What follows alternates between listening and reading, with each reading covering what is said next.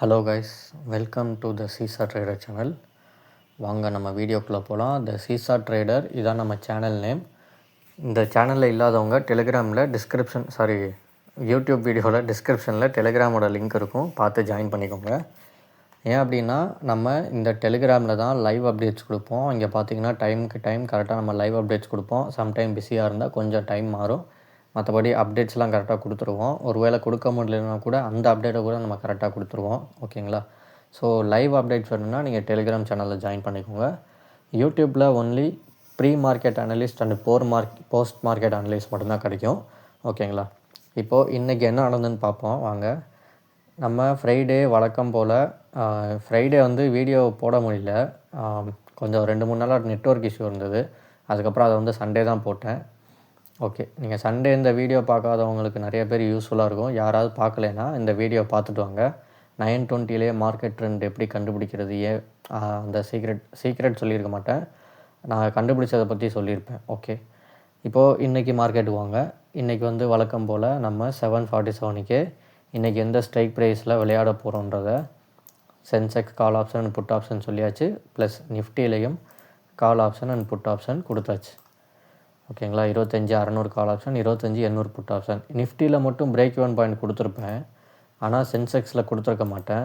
இது சில பேர் கன்ஃபியூஷனில் இருக்கும்.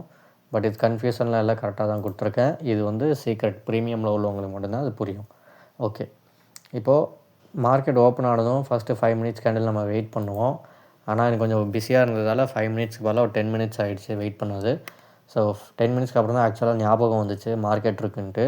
ஸோ ஓப்பன் பண்ணி பார்க்கும்போது ஆப்ஷன் செயின் டேட்டா கிளியராக கால் சைடில் இண்டிகேஷனில் இருந்தது. ஸோ ஆப்ஷன் செயின் டேட்டா சொல்கிறது தான் அதிகபட்சம் நடக்கும். ஆப்ஷன் சார்ட் செகண்டரி தான். ஓகே, பட் ஆப்ஷன் சார்ட் அப்போ புட் சைடில் இருந்தது. ஸோ நான் வெயிட் ஃபார் கால் சைடு என்ட்ரின்னு தெளிவாக கொடுத்துட்டேன். ஸோ ஆப்ஷன் செயின் டேட்டா தான் மெயின். ஓகேங்களா? So wait for call side entry. அப்புறம் நான் பிஸியாக இருந்தேன், அதனால் லேப்டாப் முன்னாடி இல்லை, அதனால் என்னால் ட்ராயிங்லாம் போட்டு கொடுக்க முடியாது அப்படின்றத நான் சொல்லிட்டேன். ஐ கான்ட் ப்ரொவைட் சார்ட் அப்படின்னு. ஸோ நம்ம சேனலில் ரெகுலராக ஃபாலோ பண்ணுறவங்களுக்கு தெரியும். புதுசாக ஃபாலோ பண்ணுறவங்கன்னா அட்லீஸ்ட் 1 வீக் ஃபாலோ பண்ணுங்கள். அப்போ தான் இந்த சார்ட், அதாவது இண்டெக்ஸ் சார்ட்டே பார்க்காம வெறும் ஆப்ஷன் சார்ட்டை மட்டுமே பார்த்து எப்படி ட்ரேட் பண்ணுறதுன்றது உங்களுக்கு புரியும். ஓகேங்களா?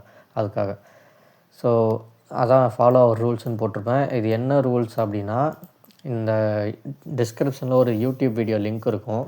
இந்த சார்ட்டில் ட்ரேட் எப்படி எடுக்கணும், எஸ்எல் எங்கே வைக்கணும், என்ட்ரி எங்கே டார்கெட் எங்கேன்றதை டீட்டெயிலாக அந்த வீடியோவில் சொல்லியிருப்பேன். ஸோ அந்த வீடியோ டிஸ்கிரிப்ஷனில் இருக்குது, பார்க்காதவங்க பார்த்துக்கோங்க. அப்போ தான் இது என்னென்னு புரியும், ஃபாலோ அவர் ரூல்ஸ் அப்படின்னு. ஸோ ஆப்ஷன் செயின் டேட்டா தான் நம்மளோட ரூலு. கால் சைடு போகணும். So wait for call side. எப்போ அகைன் 10 மணி கூட நான் ஸ்ட்ராங்காக தான் இருந்தேன். ஓகேங்களா? ஸோ ஒரு வேளை மார்க்கெட் புட் சைட்லேயே போயிடுச்சு, கால் சைடு என்ட்ரி கொடுக்கலன்னா என்ட்ரி எடுக்க தேவையில்லை. சரிங்களா? ஏன்னா மார்க்கெட் ஆப்ஷன் செயின் டேட்டா சொல்கிறது தான் நமக்கு முக்கியம். அதுதான் வேத வாக்கு. சரிங்களா? அதுதான் கால் சைடு இயங்கணும்னா அந்த சைடு தான் போகணும். இல்லை மார்க்கெட் ரிவர்ஸில் போச்சுன்னா அந்த சைடு நம்ம போகக்கூடாது, வெயிட் பண்ணணும். அதாவது நம்ம ட்ராப் க்ரியேட் பண்ணியிருக்கோம் கால் சைடில். அப்போ கால் சைடில் ட்ராப் வரலைன்னா ட்ராப் வர வரைக்கும் வெயிட் பண்ணணும், வரலைன்னா விட்டுறணும், அதுக்கு அடுத்த நாள் பார்க்கணும். அவ்வளோதான் கான்செப்ட். ஓகேங்களா? இப்போது அதன்படி பாருங்கள். ரொம்ப நேரம் வெயிட் பண்ணிட்டு இருந்தேன். அதுக்கப்புறம் நான் பார்க்கல மார்க்கெட், ஆக்சுவலி நான் பார்க்கல, ஒர்க் அதிகமாக இருந்தது. அதுக்கப்புறம் எதாச்சும் 1 மணிக்கு பார்க்கும்போது பார்த்தா மார்க்கெட் கால் சைடில் ஜூப்புன்னு பறந்துருக்கு.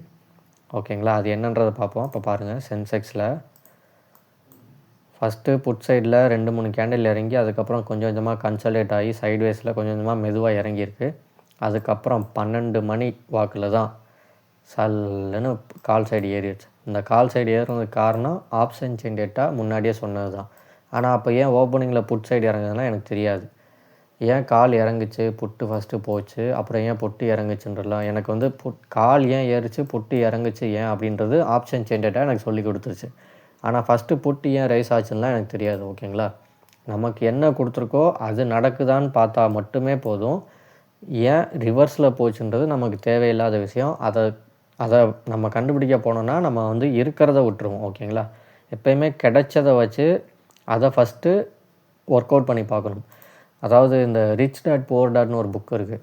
அந்த புக்கில் நான் 5 வாட்டி படிச்சிருக்கேன். அதில் படிக்கும்போது அதில் ஒரு விஷயம் என்னை ரொம்ப பாதித்தது. என்னென்னா, நீங்கள் இந்த உலகத்தில் 1000 விஷயம் கற்றுக்கிட்டு இருக்கலாம், அது எதுவுமே உங்களுக்கு பயன்படாது. அதாவது என்னென்னா, நீங்கள் என்ன விஷயம் ஃபஸ்ட்டு படிச்சிங்களோ அந்த விஷயத்த முதல்ல வந்து செயல்முறையில் பண்ணி காட்டணும், செய்முறை பண்ணி காட்டணும். அதாவது நீங்கள் செஞ்சு காட்டணும். அதுக்கப்புறம் அடுத்த விஷயத்துக்கு போங்க. ஒரு 10 விஷயம் நீங்கள் வந்து ஒரு 100 விஷயம் கற்றுக்கிட்டா நீங்கள் பெரிய அறிவாளியானா கண்டிப்பாக கிடையாது. இந்த தமிழில் சொல்லுவாங்கள்ல, ஏட்டு சுரக்கா கதிக்கு உதவாதுன்னு. அதாவது ஏடுனா புத்தகம், புத்தகத்தில் உள்ள சுரக்கா வந்து பார்க்க தான் முடியும். அதை வச்சு நீங்கள் கறி பண்ண முடியாது, கறி சமைக்க முடியாது. ஓகேங்களா? அதுக்கு கறி சமைக்கணும்னா ஒரிஜினலாக ஒரு சுரக்கா தான் வேணும். நீங்கள் போய் மார்க்கெட்டில் போய் வாங்கிட்டு தான் வரணும். அந்த மாதிரி புத்தகத்தில் இருக்கிறதெல்லாம் நீங்கள் வந்து ப்ராக்டிக்கலாக பணம் பண்ண முடியாது. அதனால் நீங்கள் எதை கற்றுக்கிட்டீங்களோ அதை ஒரு வாட்டி நீங்கள் இம்ப்ளிமெண்ட் பண்ணி பார்க்கணும். ஸோ எனக்கு வந்து ஆப்ஷன் சேஞ்ச் கேட்டால் கால் சைடில் காட்டுச்சு, கால் சைடில் வந்துருச்சா? ஸோ இதை பற்றி தான் நான் பேசணுமே தவிர புட் சைடில் ஃபஸ்ட்டு ஏன் போச்சுன்றதை நான் பேச மாட்டேன். ஏன்னா எனக்கு தெரியாது. உண்மை அதுதான். அதுக்காக எனக்கு தெரிஞ்ச விஷயத்த நான் விட முடியாதுல்ல. ஸோ தெரிஞ்ச விஷயத்த ஃபஸ்ட்டு ஸ்ட்ராங் ஆக்குங்க. அந்த ப்ரூஸ்லி சொன்ன மாதிரி உங்களுக்கு ஒரே ஒரு ஸ்ட்ராட்டஜி தெரிஞ்சால் போதும். அதை வந்து நீங்கள் 1000 வாட்டி 10,000 வாட்டி ப்ராக்டிஸ் பண்ணுங்கள். அதில் மாஸ்டர் ஆகிட்டிங்கனாலே நீங்கள் வந்து சக்ஸஸ் ஆகிடுவீங்க. சரிங்களா? அதில் யாரும் உங்களை அடிச்சுக்க முடியாது. அந்த மாதிரி என்னோடய ஸ்ட்ராட்டஜியில் நீங்கள் மாஸ்டர் ஆகிட்டீங்க, நான் மாஸ்டர் ஆகிட்டேன் அப்படின்னு நம்புகிறேன். ஓகேங்களா? ஸோ நான் வந்து 2 வருஷமாக பண்ணிகிட்ருக்கேன். இதில் எப்படின்னு எனக்கு தெரில. ஒரு 1000 வாட்டி ப்ராக்டிஸ் பண்ணால் தான் முடியும். 2 வருஷன்றது ஒரு 600 நாட்கள் தான் வருது ட்ரேடிங் டேஸை கனெக்ட் பண்ணால். ஸோ இன்னும் எனக்கு 2 வருஷம் போனால் நான் மாஸ்டர் ஆகிடுவேன். ஸோ நீங்களும் அப்படியே கொஞ்சம் கொஞ்சமாக மாஸ்டர் ஆனீங்கன்னா இந்த ஸ்ட்ராட்டஜி வந்து உங்களுக்கும் வந்துடும். இப்போ நிஃப்டியில் பாருங்கள், இந்த பெரிய கேண்டில் அப்புறம் ஒரு சின்ன அந்த டோஜி வச்ச கேண்டில் மாதிரி இருக்கா? ஸோ இந்த 2வது கேண்டில் தான் உங்களுக்கு வந்து இங்கே ஃபஸ்ட் பாயிண்டில் என்ட்ரி கொடுத்துருக்கு. அதே சமயத்தில் ஆப்போசிட்டில் பாருங்கள், பெரிய கேண்டிலே வந்து உங்களுக்கு 3rd பாயிண்ட்டு கீழே வந்துருச்சு.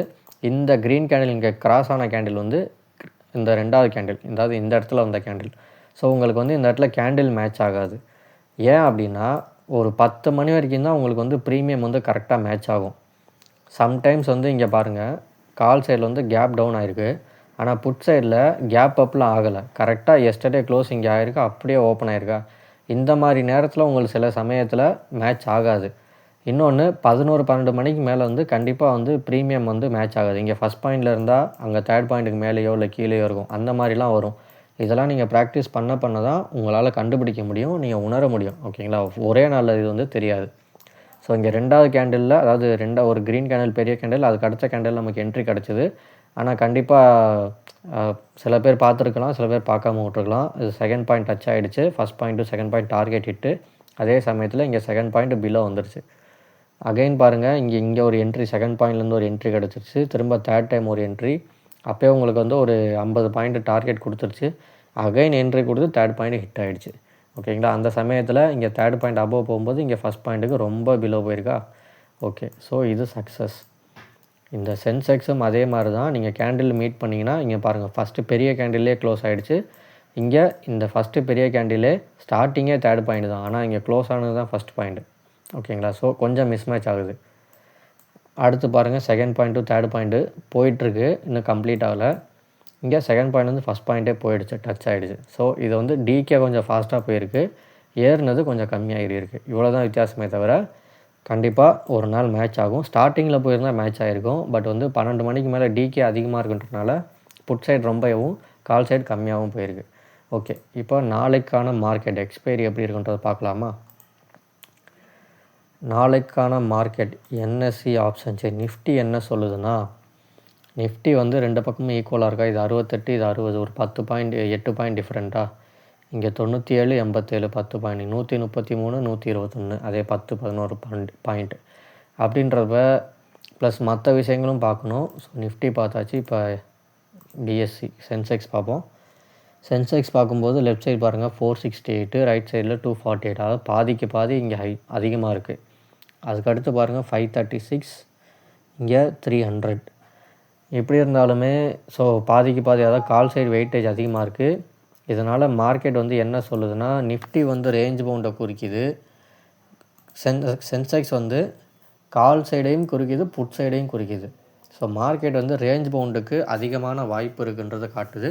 பட் எதுனாலும் நாளைக்கு மார்க்கெட் ஓப்பன் ஆனதும் ஆப்ஷன் செயின் டேட்டா என்ன சொல்லுதோ அதை வச்சு பார்த்துக்கலாம். இது நிஃப்டியோடது ஸ்ட்ரைக் ப்ரைஸ் பார்த்துக்கோங்க. அதே மாதிரி சென்செக்ஸோடது சரியாக பார்க்காதவங்க நாளைக்கு காலையிலே நம்ம கொடுத்துருவோம், பார்த்துக்கலாம். Thank you guys.